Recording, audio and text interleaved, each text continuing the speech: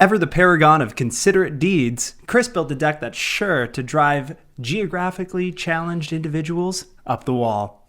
And I've seen the future, and you lose. Rude.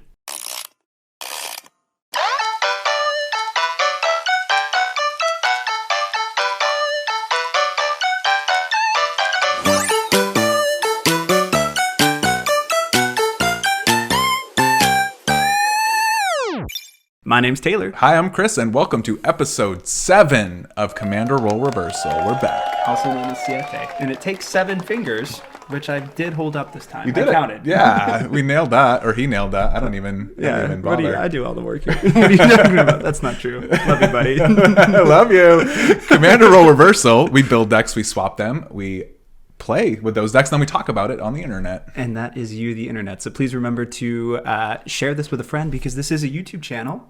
Like and subscribe while you do it. And we will be sure to include the Moxfield links in the description below, so you can check out the deck lists that we're talking about today. And what are we talking about today?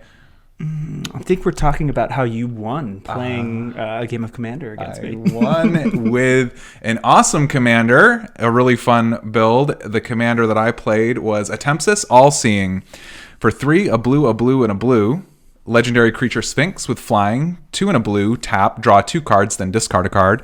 Here's the spice. Whenever Atemsis All-Seeing deals damage to an opponent, you may reveal your hand. If cards with at least 6 different mana values are revealed this way, that player loses the game. Atemsis is a 4/5. Did they errata in the here's the spice? Yeah, I saw that. Oh, no, wait. That spice is flavor text. Flavor text. We got there.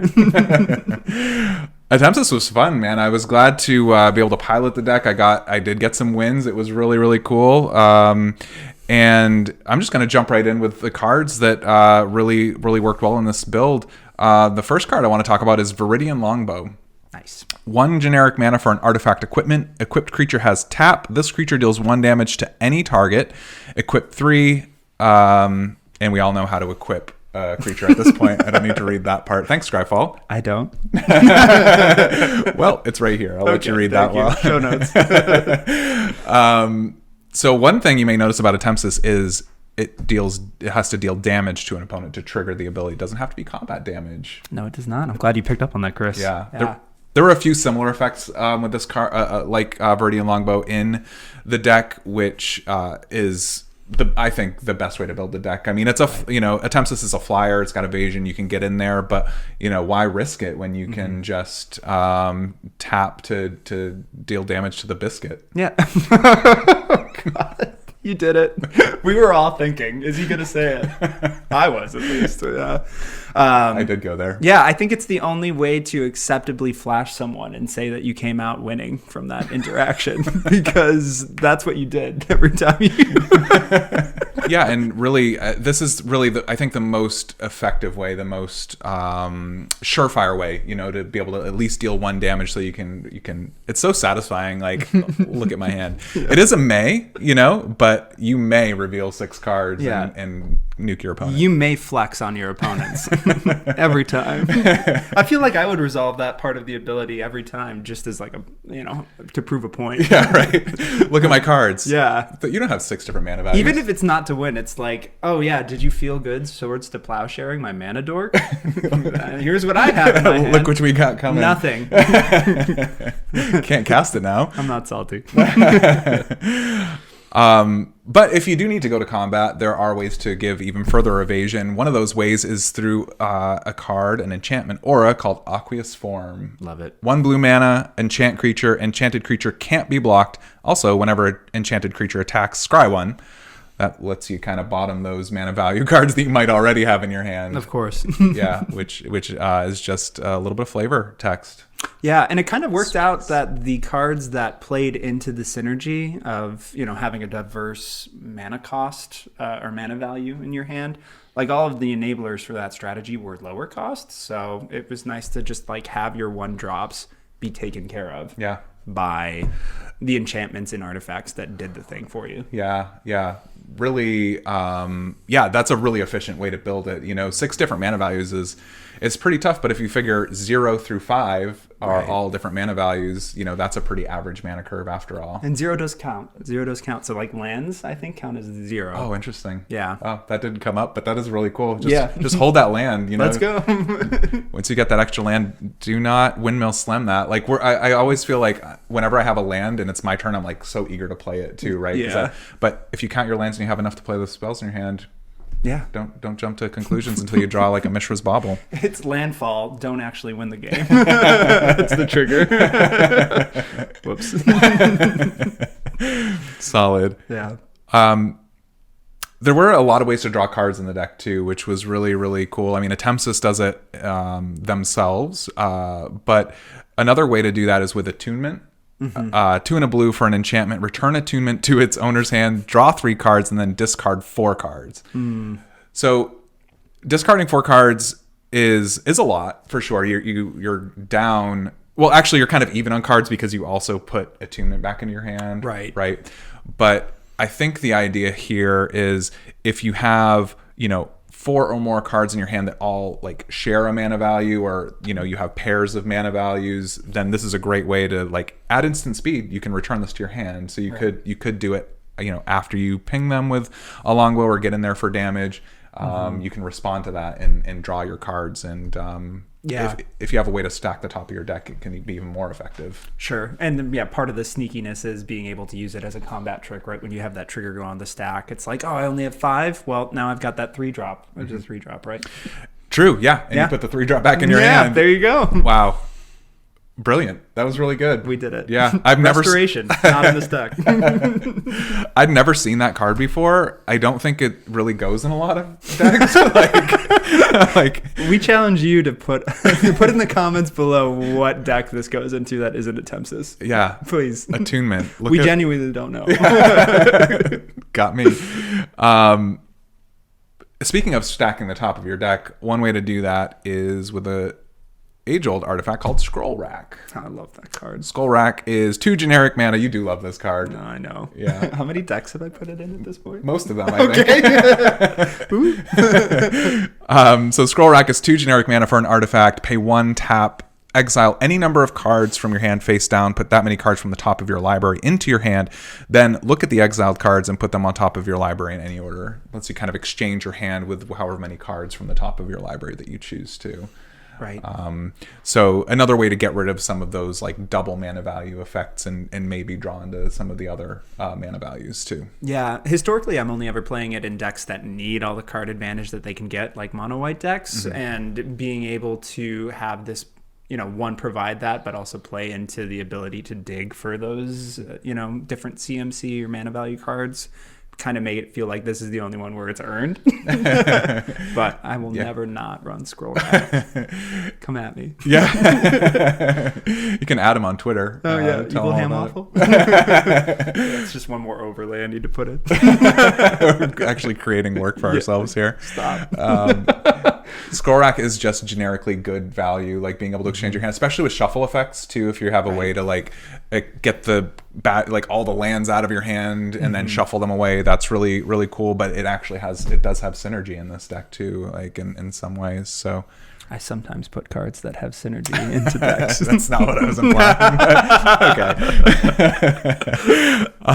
Another draw spell that I had never seen before is an enchantment, Ancestral Knowledge. Yes. Ancestral Knowledge is 1 and a blue, has a cumulative upkeep, pay 1. Which means you add an age counter and you have to pay 1 more every upkeep. When Ancestral Knowledge enters the battlefield, look at the top 10 cards of your library, then exile any number of them and put the rest back on top of your library in any order. When it leaves the battlefield, shuffle your library. 10 is pretty deep, especially with the card selection. You can just exile cards. I love old cards. Yeah. Like, this was made before Atemsis was even a flicker in Mark Rosewater's eyes. I don't know if he made that card, but somebody on the team. Yeah, you get the idea. So it's just fun finding those old gems that kind of synergize well with very niche strategies. Yeah. Again, I would probably not put this in another deck. Like, there's not a lot of reason to. It doesn't draw you the cards. It does allow for like really optimized card selection for the next 10, up to 10 turns though, right? Yeah. Especially when you can Scroll Rack or you can attunement, right? You have all these different options for like getting the right cards into your hand. It just sounds like you're speaking a different language. Well, those are the cards that I wanted to highlight. We all speak the same language here, right? The Magic the Gathering MTG. language. Yeah.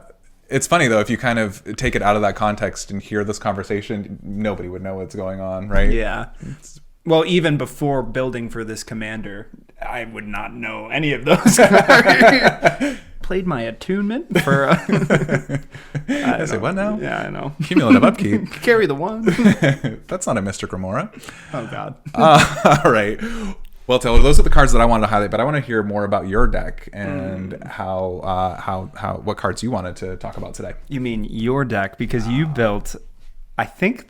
Role reversal. We did it. I'm cleverly working in the point of the podcast. You built the first Super Friends deck I've ever had the privilege of playing. So thank you. Yeah, of course. And that deck was helmed by none other than Pramikon, Sky Rampart, who is blue, red, and white for a legendary creature wall with flying and defender that reads, as Pramikon Sky Rampart enters the battlefield, choose left or right. Each player may attack only the nearest opponent in the chosen direction in planeswalkers controlled by that opponent. Pramikon is a 1/5. So that was the commander. What an off-the-wall commander. We did it.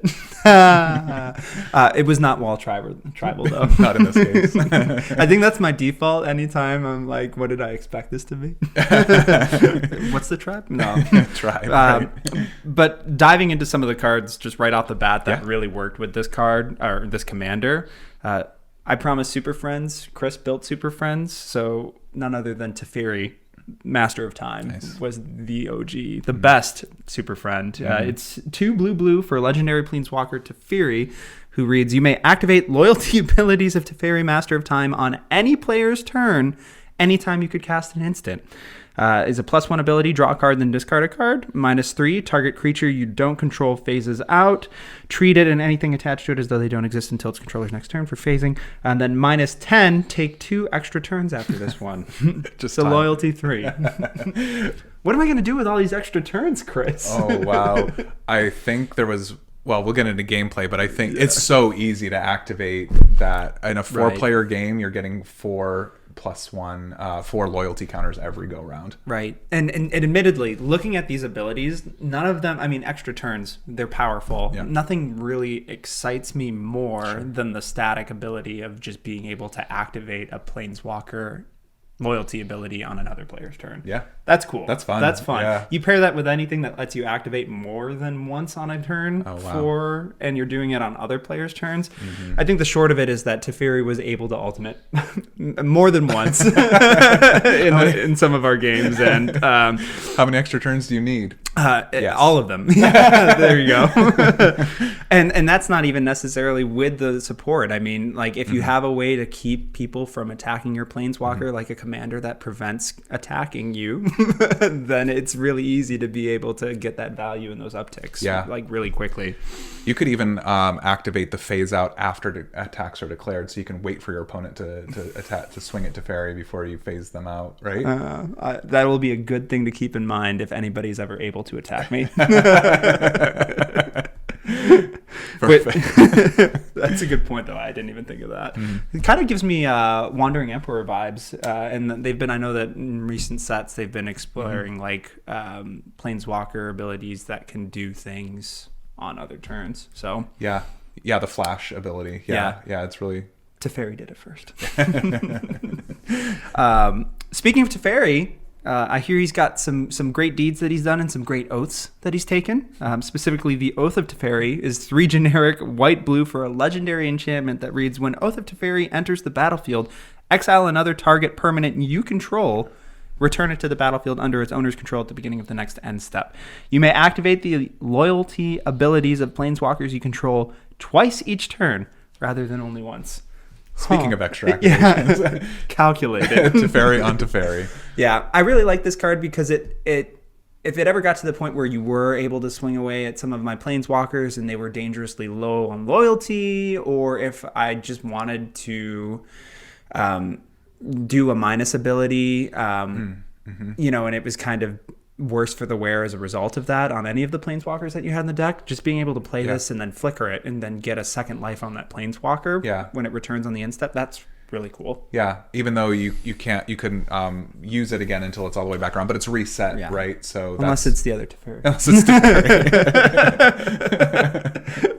That wouldn't be one I would want to blink though. But I didn't necessarily notice a huge blink sub theme in the deck, but I do like this card because I mean it does provide some versatility if you need it, and then just a Super Friends deck loves anything that lets you do more than one activated ability or loyalty action.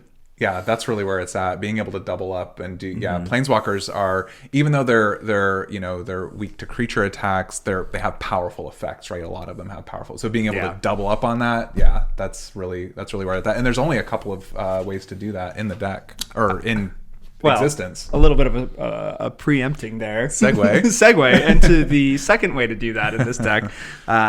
The Chain Veil. It's a 4 generic legendary artifact that reads, at the beginning of your end step, if you didn't activate a loyalty ability of a planeswalker this turn, you lose 2 life. I lost a lot of life. 0. No. It has 4 and tap for the ability for each planeswalker you control. You may activate one of its loyalty abilities once this turn, as though none of its loyalty abilities have been activated this turn. It's interesting because it's worded in a way that's slightly different than Oath of Teferi, but it does the same thing. Only you have to pay 4 and tap for that action. But at a certain point, there were just so many planeswalker abilities I could activate, it became redundant to just activate everything. It felt like I was playing slots. Yeah. I think they call that overpowered. Overpowered, yeah. A little OP. Yeah. That's the fun of it. It is fun. It's definitely fun. It's definitely fun to activate. The only thing that kind of had me as the player a little bit like taken aback is I have so many things to keep track of. So definitely know if you're using these types of effects in your decks, it does require maybe a little bit of gold fishing to know what play patterns you want to do to keep things moving along quick, but also just maybe don't do it at 10 o'clock on a Sunday. Fair. Yeah, and your play group will know that you're taking longer turns to... Right. Actually, our friend Jay Clay had a... shout out to Jay Clay. What's up, man? Hey, Jay Clay. He used to have a Ramos 5-color Planeswalker deck. And what he would do is he would keep the die off of the planeswalker until he activated, then he put the die on. That's how he would kind of keep track. So that's a clever way to do it. That was a really good way to keep track, because it does get a little out of hand. Or just get an abacus. I know that's your go-to strat. Guy literally has an abacus. Yeah, it works for the storm deck, so it helps keep track. Aether Flux. We won't go down that road again because we've got other fish to fry, specifically Deep Glow Skate, who's 4 and a blue for creature fish. When Deep Glow Skate enters the battlefield, double the number of each kind of counter on any number of target permanents. Deep Glow Skate is a 3/3. Dude, I just got done telling you that there is so much to keep track of in this deck, and now you want to go and double all my loyalty counters? It's amazing. Just and you do them one at a time too, right? So you're going across the board trying to keep track of everything, but you're also ultimating all of your planeswalkers that turn. I was going to ask, what do you think the record is for most planeswalker alts in a single turn that Deep Glow Skate resolved on? Yeah. It's got to be a lot. I mean, how many planeswalkers you exist? got? Yeah. Yeah. It's got to, easily over 10, I would think. Yeah. So there are a few planeswalkers that don't ultimate with twice the amount of loyalty, but the large majority of them do. I actually didn't check that with this deck. That is sometimes interesting. Tell us below in some stats in the comments if you can find any of the planeswalkers that don't ultimate with Deep Glow Skate. There are a few. Well, now I want to go check. Yeah, I know. Cut? No. In all seriousness, Deep Glow Skate, even if it's not necessarily a planeswalker deck, just any deck that cares about counters of any kind. Sure. This is a great card. So I'm not surprised to see it all in here at all, and it worked to great effect. Yeah, I've only ever seen it in Super Friends. Does it do just permanents, or is it also players? It's just any number of target permanents. So I think it will see more relevance with the release of Streets of New Capenna because they did make the counters a big deal, specifically for the brokers. Right. Ikoria, you could do some shenanigans with doubling counters and moving things around. So especially it's a little niche, but. Yeah, but it could, like, the brokers are Bant, right? So I mean, it fits right in there. And you could, some of the cards want you to remove counters too, so you could double them and then remove one of the counters. It's a great, use that to great effect. Yeah, well done. Pick up your deep glow skates. Okay, we are responsible for this card spiking. Last card that I really loved, that just kind of brought it all together for me, and I think propelled me to winning in the game that I did against you. Yeah. Whirlwind of Thought. It's one generic for a blue, red, and a white enchantment. Whenever you cast a non-creature spell, draw a card. I think you only run like 9 creatures in this list. Yeah. It was 9 or 8 or something. It was less than 2 digits. But the point is, pretty much every single turn you're casting, or at least I was casting more than one non-creature spell. And I was drawing more than one card as a result. Yeah. It gets crazy. Yeah, really keeps the fuel going. It's probably one of my favorite non-creature spells, honestly. It's a non-creature spell that cares about non-creature spells and it lets you draw cards when it really just keeps fueling the flame for sure. Yeah, and Narset's such a cool character too. Jeskai is something that I want to explore more as a player and a brewer. Yeah. I think it's a cool color combination. So agreed. Thanks for building a Jeskai stacks deck, Chris. That's next. Next week on the next segment, which is questionable cards. I know that I had a couple, but I want to turn it back over to you. What were some of the cards that you encountered that didn't quite come together? Well, they may or may not have come together, but I wanted to hear you talk about them. Oh, okay. Yeah. First card that came to mind for me here was an instant by the name of Blinkmoth Infusion. 12 generic mana, a blue and a blue, so 14 mana. Affinity for artifacts. This spell costs 1 less for each artifact you control. Untap all artifacts. I don't think I'm casting this spell. I don't think I'm untapping my artifacts. What am I doing with this card, Taylor? You're keeping it in your hand to show your opponent as they lose. I did want to pepper in a couple of like ridiculously high CMC cards to throw in there. And I do think that there are enough artifacts just casually in the deck already that if you did need to cast it in some Twilight Zone, you would get value out of it. But it is just like a dumb instant. Is it an instant? It's an instant. It is. It is. Yeah. Oh, not used to instants costing like sorcery levels. Yeah. There aren't a lot of duplicate 14 mana value cards in the deck, so it definitely counts towards your win. Yeah. Thank you. Yeah. That's cool. No, that's a fair question. Awesome. Next card I wanted to talk about is Mind Over Matter. Mind Over Matter is an enchantment for 2 blue, blue, blue, blue.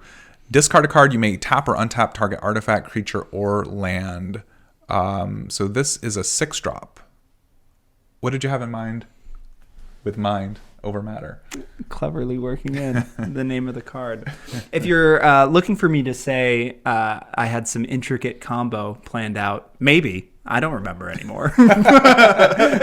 So there's probably some reason to it. But more specifically, when I was building this deck, I was just going through Skyfall, looking at the different mana value spells one at a time and just kind of cherry picking for each mana value a couple of spells that were very powerful. That I could get incidental value out of while still having a diverse enough deck build where there were a reliable enough amount of times that you would have all of those different 6 mana values in your hand. Yeah, it's really interesting that some of the deck construction was not necessarily like, okay, we need to build in a combo. We need to like make sure that all of these cards synergize together. It was some of the thought process was like, how do you get a certain number of each mana value into the deck while making sure that they're powerful cards. And that was kind of what was liberating about building for this deck. I know that, I think you had joked at one point, and I've heard before people say that like it seems like it would be difficult to build around the requirement, but it was actually kind of liberating in a way as a deck builder that you don't necessarily need to have everything be super synergistic.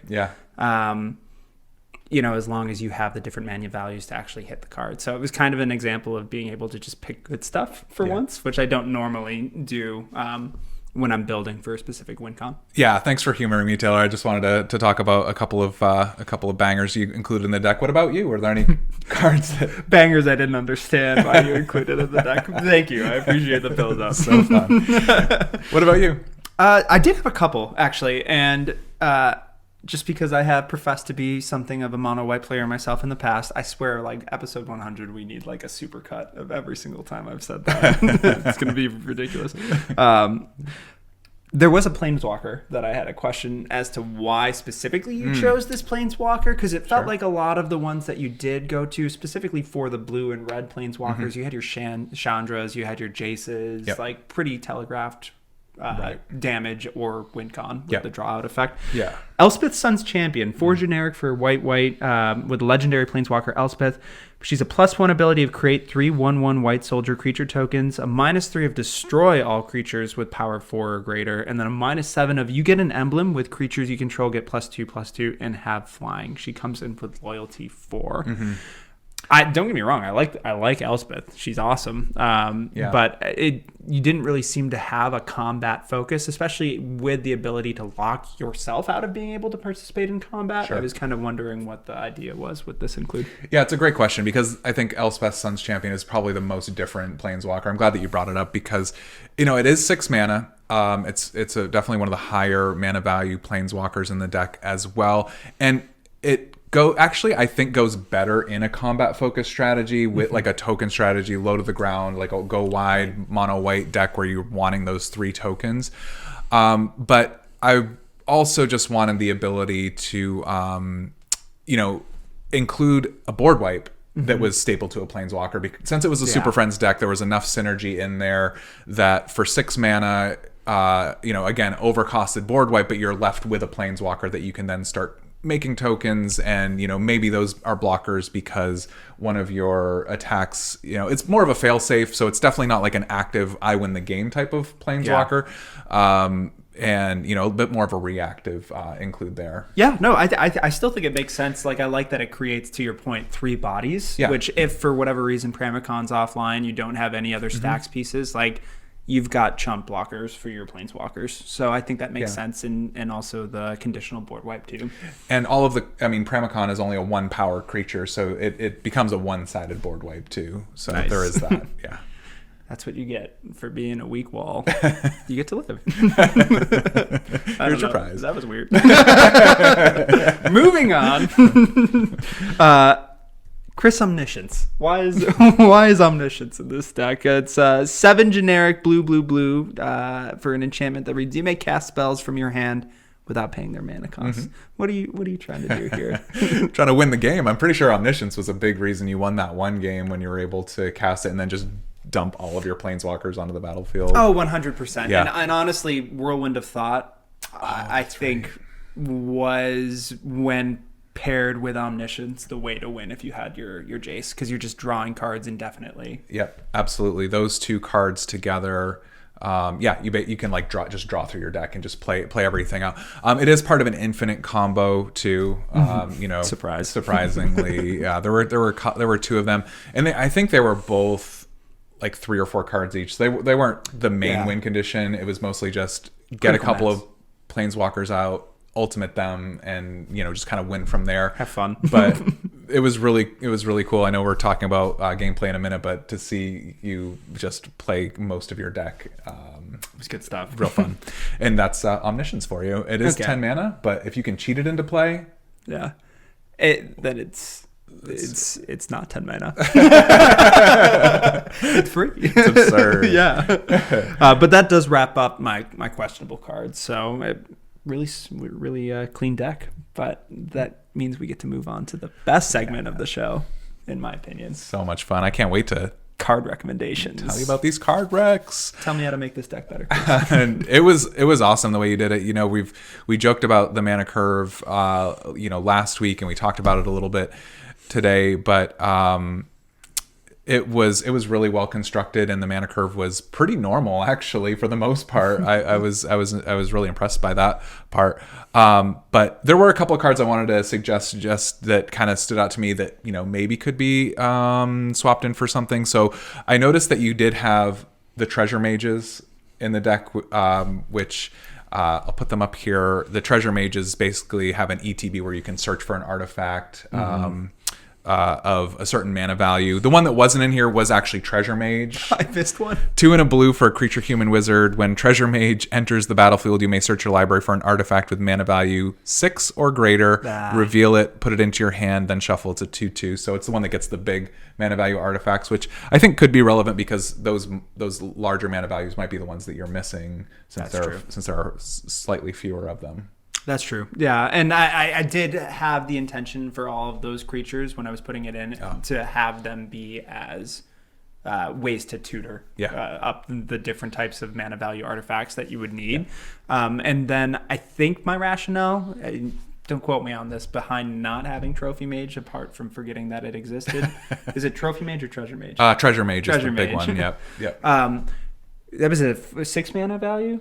Yes, 6 mana value or greater. That is what it tutors up. How much was the mana value of the card? Oh, just 2 and a blue. It's the same. Oh, it's still the same 3 card. Oh, okay, yeah. Then I don't know. I was gonna say I have a high density of 3 drops, maybe. Yeah, could gotta keep it even. That's a good include, though. Yeah. If you're gonna go the artifact route, and that's part of like where you have a lot of variation in your mana value, it might be just another way to get one of those weird mana values. I love it. Could be anything. More tutors. So there's here. I wanted to suggest this card because it is a higher mana value card, but it's also just a bomb, and I think it's really, really, really a good card. So Nezahal, Primal Tide. Not to build it up too much. 5 of blue and a blue for a legendary creature, Elder Dinosaur. This spell can't be countered. You have no maximum hand size. Whenever an opponent casts a non-creature spell, draw a card. It also has the ability to discard 3 cards, exile Nezahal Primal Tide, return it to the battlefield tapped under its owner's control at the beginning of the next end step. It's a 7/7. Oh my god, I'm so upset that I didn't include that card. Yeah. What was I thinking? I like Nezahal. Yeah. There's a joke that Mr. Cremora grew up to be Nezahal. Oh, well, that's kind of wholesome and terrifying. It's a very similar effect, only your opponents don't have the option to pay. You just draw cards whenever they cast a non-creature spell, so it can really fill your hand, and it protects itself with that discard ability too. So no max hand size. It's what Mystic Remora grows into if you don't sacrifice it to the cumulative upkeep. If you keep it around long enough. It's like the Magikarp of MTG. Mystic Remora. Unbelievable. Nice. I think Nezahal goes in a lot of blue decks. I just think it's a really, really good top end. Yeah. Right. Yeah. It's also just a 7/7 that can't be countered. So get in my deck, Nezahal. I like that, though, because I did include a couple of cards in the list that cared about discarding, too, because I know that was built into some of the effects. I think Atemsis as well. Yep. Part of that ability resolving when you draw is that you have to discard, too. Cards like Containment Construct that give you additional value out of your discards. Right. Like, I have those cards in that, so you get, like, a second life out of those cards you pitch. That would be great, because anytime you need to use that ability to save Nezahal, you've also still got cards you can play. Sure. You can hold it up until you need it, or you can wait until the end step before your turn and then just use it as a discard outlet too. Brutal. Yeah. That's cool. Yeah, I didn't think about that. You did have some discard synergy with Bag of Holding and Containment Construct. Yeah, there were a couple in there. I think there was another one too, but deck lists. Very cool. Yeah. Check it out on Moxfield. Moxfield, not sponsored. Yeah. All right. So going back to Mind Over Matter for a second, I think we arrived at, it's a great way to untap Atemsis. If you want to activate it more than once on your turn, you can discard a card, untap Atemsis, tap it again with the Viridian Longbow, and you can get 2 opponents, in the same turn, right? Yep. So that's a great use for it. But if you're going to have Mind Over Matter in your deck, you might want to also include something like Azami, Lady of Scrolls. 2 blue for a legendary creature, human wizard. Tap an untapped wizard you control, draw a card. It's an 0/2. So if you haven't puzzled it together, the way that this combo works, Mind Over Matter, Azami, Lady of Scrolls, tap Azami to draw a card, then discard a card to Mind Over Matter, untap Azami, tap Azami, draw a card, discard a card to untap it with Mind Over Matter. So you can draw through your entire deck, or you can just draw through the deck until you have 6 mana value of cards. Brutal. I absolutely love that. And as an aside, is that where Scroll Rack comes from? Is that the lady? I think. Wow, there might be some Oh my Vorthos there gosh, too. we did it. We checked all the boxes. What a flavorful deck. This is just better and better. Well done, sir. Okay. No. Please bring me back down to earth. All right. Well, I'll jump into one more win condition for the deck. Just because, I wanted to have an alternate win con, because why not? Of course. There's a card that goes by the name of Triskaidekaphile. Oh. Say that 3 times fast. Triskaidekaphile, Triskaidekaphile, Triskaidekaphile. We did it. Thanks. Well done. He believed in me, clearly. I did believe in you. Triskaidekaphile, 1 and a blue for a creature, human, wizard. You have no maximum hand size. At the beginning of your upkeep, if you have exactly 13 cards in your hand, you win the game. 3 and a blue, draw a card at 1/3. Ooh, I like that. Yeah, so just kind of a fun, quirky win con. You're going to be drawing a lot of cards anyway. This is from the Return to Innistrad, right? I think it was. Yeah, okay. Cool. Yeah. Midnight Hunt. Yeah, I think it was like a play on Triskaidekaphobia. Which is the fear of 13. Right. We did it. Yeah.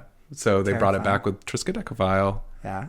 I'm going to go back when I'm editing this and find all the times that we had 13 words in our sentences and go crazy.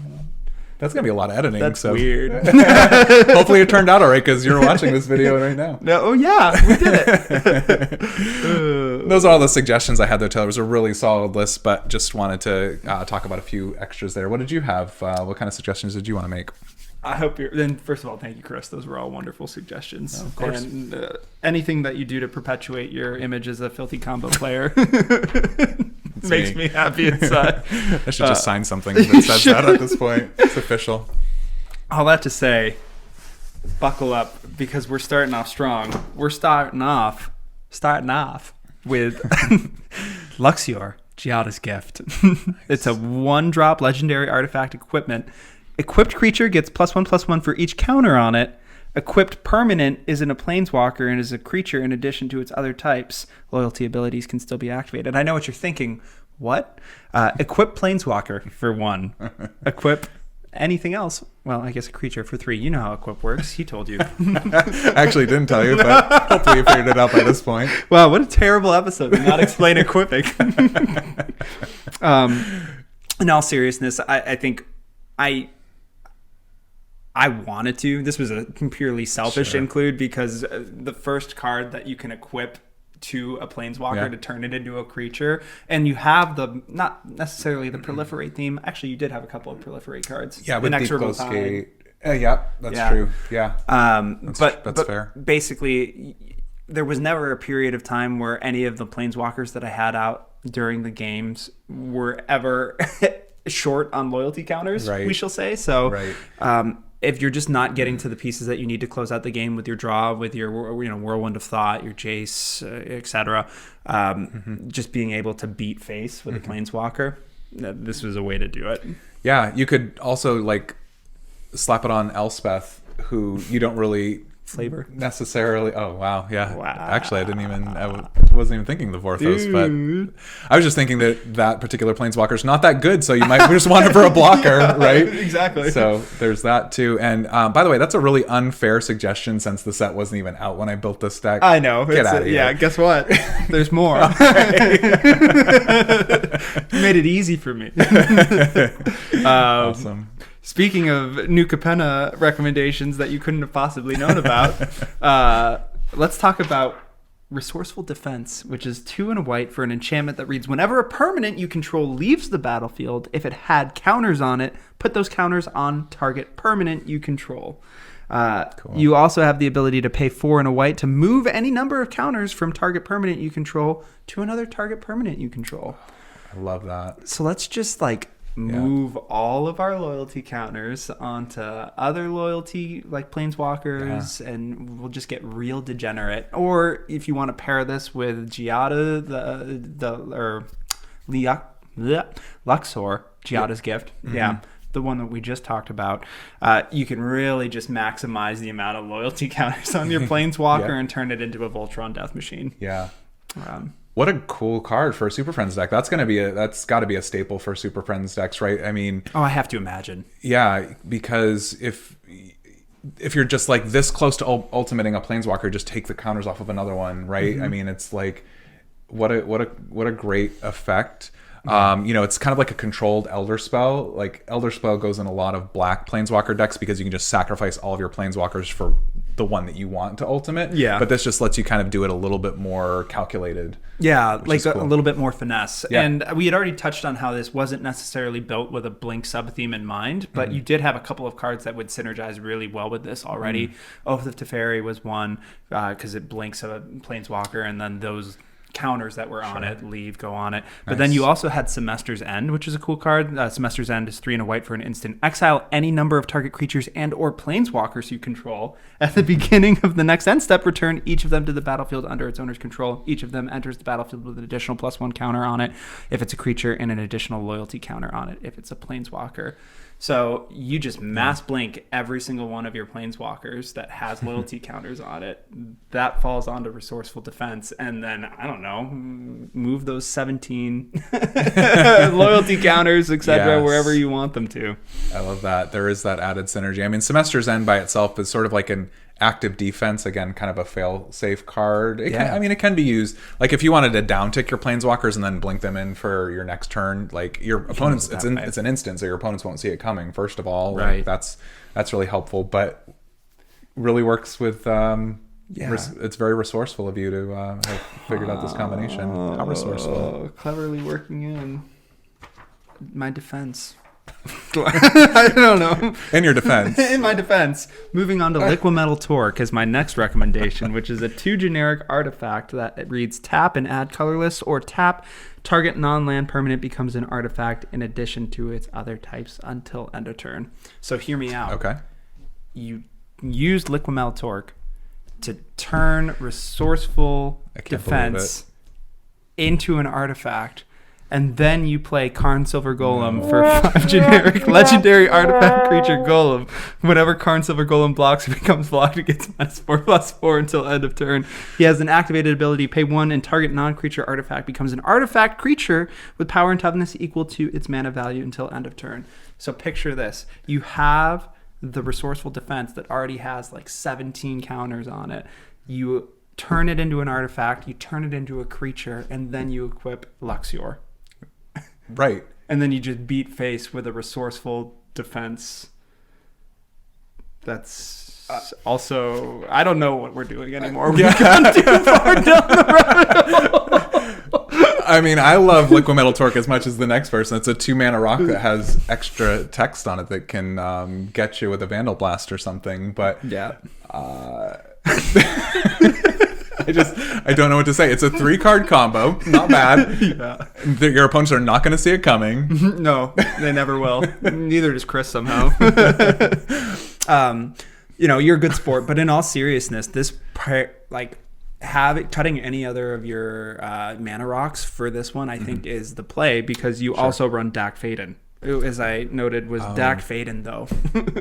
Dak Faden, 1 in a blue and a red for a legendary planeswalker with the type Dak, which is fun. He's a +1, target player draws 2 cards and then discards 2 cards, -2, gain control of target artifact, and -6, you get an emblem with whenever you cast a spell that targets 1 or more permanents, you gain control of those permanents. He comes in with loyalty 3. We don't care about any of that. We just care about the -2. Dak Faden, though. Yeah, Dak Faden, though. You've already got him in there, so might as well just make anything that isn't a land something that he can steal. That's cool. You could steal somebody's commander, right? You could just completely... Well, you don't do that. Well, I social might. faux pas here. Am I the bad guy? Don't answer that. Twitter poll coming soon. Would you steal your opponent's commander with Dak Faden and Liquimetal Torque? All right. I appreciate the support. Yeah, solidarity. So yeah, I mean, I think it can't be understated how useful being able to turn something into an artifact is just in general, which is why Karn, while a meme, has been a reoccurring meme, because it's jank, but you can do some pretty creative stuff by turning things into subtypes that they weren't ever meant to be. Yeah. Artifact is it's a really relevant subtype. There are a lot of cards that care about artifacts. Removing artifacts. Yeah, that's a big one. Yeah. I've definitely taken advantage of that. Let me Vandal Blast your commander. Right. I'm the bad You wouldn't Vandal Blast the commander, would you? Yeah, at least you can recast it. Yeah, I just stole it for the rest of the game. If you're playing against Chris, Run, homeward bone. Homeward bone? I think that's a Dark Souls slip. Sorry. Anyway, we're getting off track. I think all that really leaves is the commander reveal, unless you had any other. Did I jump ahead? Oh, you totally did, but it was only Planeswalker that blew up your land, so we don't need to talk about that. we can go back. We can do it. You really want to know about the potential replacement for Elspeth, which was a Johnny Vengeance, which is 2 and a red and a white for a legendary Planeswalker, a Johnny. +1, target permanent doesn't untap during its controller's next untap step. -2, Johnny Vengeance deals 3 damage to any target and you gain 3 life. Or -7, destroy all lands target players control. It comes in with loyalty 3. My instincts are right there. I don't want to talk about that. Okay, well then, yeah, we're done. Moving on to the play experience, which is positive because that wasn't included. That's great. Yeah, that's right. There was no land destruction in this particular matchup, but we had a lot of fun. I was able to flash my opponents quite a bit, and anytime I'm able to do that is a win. Is a good night for me. No, my hand. Right, of course, right. naturally. Yeah, that's why I was laughing. Like it's a flex. Of course, right. Oh, by the way, you lose. Yeah. Also, I have 13 cards and you have 2. I win. Atemsis was fun, and it reliably won. I didn't think this was going to be a reliable strategy, being able to like hold all the cards in your hand and actually be able to do the damage, but I knocked out multiple players with that. I built the deck and I didn't think you would be able to do it. Like I had hoped at least once, right? Right. Just do the thing, yeah. I think every game you played it, you were able to at least knock out someone with it, right? I did. Yeah. So I still can't believe it. Really speaks to, and it was, I think the other thing that kind of threw me off, but I eventually kind of got the hang of, the thing that was weird to me was, I don't really want to play the cards that are in my hand. Usually I'm like, okay, how do I spend the most mana in the game, be very efficient. Like that's the way that I tend to play. Yeah. But it was like, I could play this card. It doesn't really advance my game plan, but it has a different mana value than the rest of the cards. So maybe I should just hold on to it. Just observationally, I think that's what scared me against playing against that Atemsis deck, is that I didn't know what was going on. And I think like subverting player expectations, like, sure, it's a blue deck, so you're always going to be suspecting some kind of instant speed interaction in a blue deck, like Island and Pass.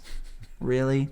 But you did do that, and not necessarily because you were holding up counter spells, but I didn't know why. And that was like that, not having that information was, I think, a powerful tool in your arsenal. Yeah, it's that threat of activation that we talk about sometimes, right? You're just leaving all your mana open, and it's maybe a counter spell, maybe 14 mana affinity artifact spell. Maybe I'm going to tap all my artifacts just to untap them. Okay. Paradox Engine unban when. No, okay. At Sheldon Menery. I had a blast with Atemsis, and it was really fun to watch the Super Friends deck go wild too. Oh yeah, and it was really fun to play it too. I had kind of started the episode by saying in my preamble that I've never played a Super Friends deck, and I think that still holds true because at a certain point it started playing itself. Like I wasn't piloting it anymore. Like the engine, once it got going, I think was kind of unstoppable in a way. That's at least the way that it felt, which to your credit, you built a powerful deck. It was not wall tribal. It wasn't defender tribal. Yeah. We did know about that. Next time. And I didn't mention them in the episode, but I did appreciate that you built in a really, and this is coming from a Stacks player, a really sound Stacks package. Oh, see? Like you had a lot of the slowdown effects. So, assuming that you didn't have Mystical Barrier out with Pramikon, so that there was just a soft lock on combat, like you did have like your Authority of the Consuls, your Blind Obedience, like you were making it miserable for anybody who had the audacity to go against you. Which is what's Magic all about. Yeah, I think, thank you for that. It was a lot of fun to build. I haven't played a lot of Super Friends in the past, so it was fun to build and just kind of find all those really powerful planeswalkers that that just do powerful things. And it's a fun card type, and it's cool to see it, because I mean, I feel like in a vacuum, right, unless you're building around Super Friends or building a Super Friends deck, like how many decks statistically include a planeswalker? You know, and if it does, it's like one or maybe two, like depending, you know, like, and they have to be that good. They have to be powerful, right? Right. Yeah. I think I've heard from you. I've heard from other YouTube channels. Like a popular way to evaluate, the power of a planeswalker is kind of treat it as an enchantment, and it comes in and what does it do? Do you get immediate value out of it? If you don't, then it's probably not worth playing. Right. So it has to replace itself. It has to draw you a card or kill a creature. So it has to do something. You know, planeswalkers are very powerful in other formats, like the 2-player competitive formats, because you only have one opponent and you can easily put up blocks for that. At Mob Nixilis. Different format. Not for long though. That guy is strong. I love Arena. I do want to ask though, like, because I did make a point of saying how strong it felt. Like, you built the deck, so you would be acutely aware of this. Like, at a certain point, what are like the kill on sight things, the pieces in the engine that need to be disrupted in this deck? Like, obviously Omniscience can't resolve, or it needs to be blown up immediately. I get that, but like, would you say that there are other pieces that, like, as soon as they go down, even if it looks like it's just a setup, I shouldn't let it stay? Yeah, it's a great question, right? How do you do threat assessment? Because this is kind of a different type of deck. I honestly think that Pramikon is a lot stronger than he looks. I mean, granted, like, you know, it's 4 mana. You can recast it, choose a different direction. Like that actually. 3 mana. Oh, excuse me, 3 mana. Yeah, you're right. It's just Guy. You know, so very recastable. 5 mana, then 7 mana later in the game. But Pramikon is such a crucial part to the strategy because there aren't a lot of other creatures. There aren't a lot of other ways to block your opponent's attacks, that I think really the commander is the linchpin, even though he's not a planeswalker. Which is impressive that, like, both of our commanders in the decks that we brewed ended up being the linchpins, and, like, in ways that you wouldn't necessarily expect. So true. Yeah, Look at us. Wow. We honestly don't plan this out. No, we don't. We don't. We say it enough, they'll believe it eventually, right? But yeah, I mean, those were my observations on the gameplay experience. I mean, did you have any other things that you wanted to ask about, or? I think I think we really covered it. I think maybe we can jump right in and talk about the commanders for next week's episode, because we're coming back. There's another episode. Let's go. Can you believe it? And Taylor, I went first with talking about this week's commander, so why don't you go ahead for the reveal for next week? It would be my distinct pleasure, Chris. Thank you. Of course. For your generosity and adhering to tradition on the channel. That's how we do. You know, you've been so affectionate. I figured let's change that affection to affliction and go with Pharika, God of Affliction, will be your commander next week. She's 1 black-green for a legendary enchantment creature god with indestructible. And as long as your devotion to black and green is less than 7, Pharika isn't a creature. You have an activated ability of pay black and a green to exile target creature from a graveyard. Its owner creates a 1/1 black and green snake enchantment creature token with Death Touch. Pharika is a 5/5 when she is a creature. Wow, cool. I love the gods. Like all the gods are cool in their own way, and I have never really played with Pharika before. I mean, that is a really cool effect. It's got graveyard hate. It does have which you love, I'm sure. Oh yeah, graveyard hate. You gotta include graveyard hate in your decks. Having it stapled right to the commander. I guess your opponent would get the snake though if you exile one of their creatures. Unless you're exiling your own things.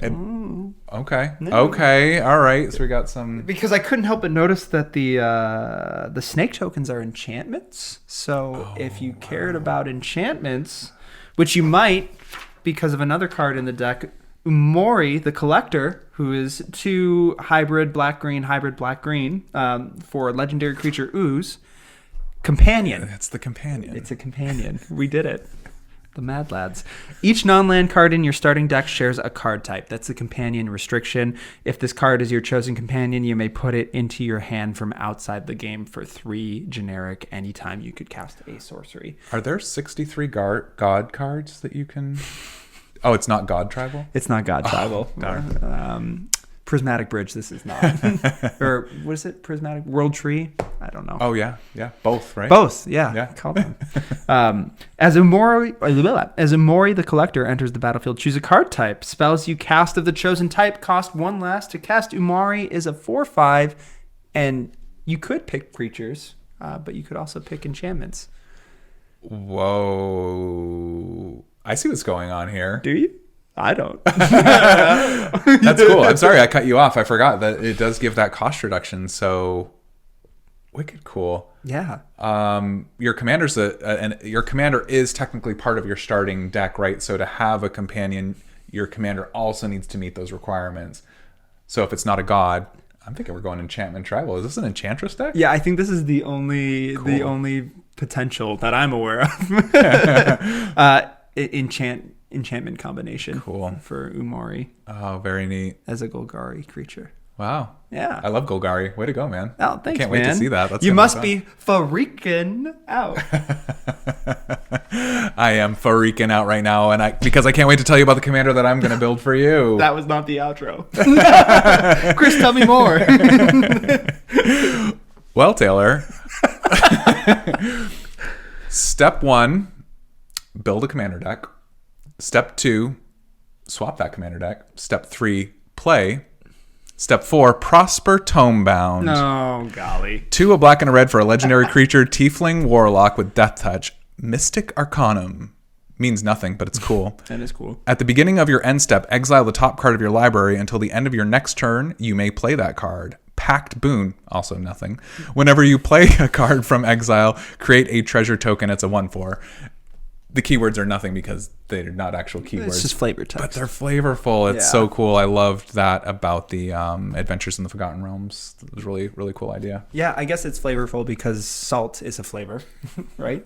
Is this deck going to be salt-inducing, do you Oh, think? I don't know. It depends on what your card is that you showcase. Oh, Prosper. Why don't we bring along Inspiring Statuary for 3 generic mana. Non-artifact spells you cast have improvise. Your artifacts can help you cast those spells. Each artifact you tap after you're done activating mana abilities pays for 1 generic mana. So Prosper's going to be making a lot of treasure. Treasure taps and sacrifices for colored mana, which is amazing. But imagine if you wanted to use those treasure tokens to tap for colorless mana and you wouldn't have to sacrifice them. It's a great way to bank the mana. I wanted to keep the salt level low on this because there are some really disturbing cards. Yeah, this is a low sodium episode. Wow. I am excited to prosper after not living long. It's bound to happen.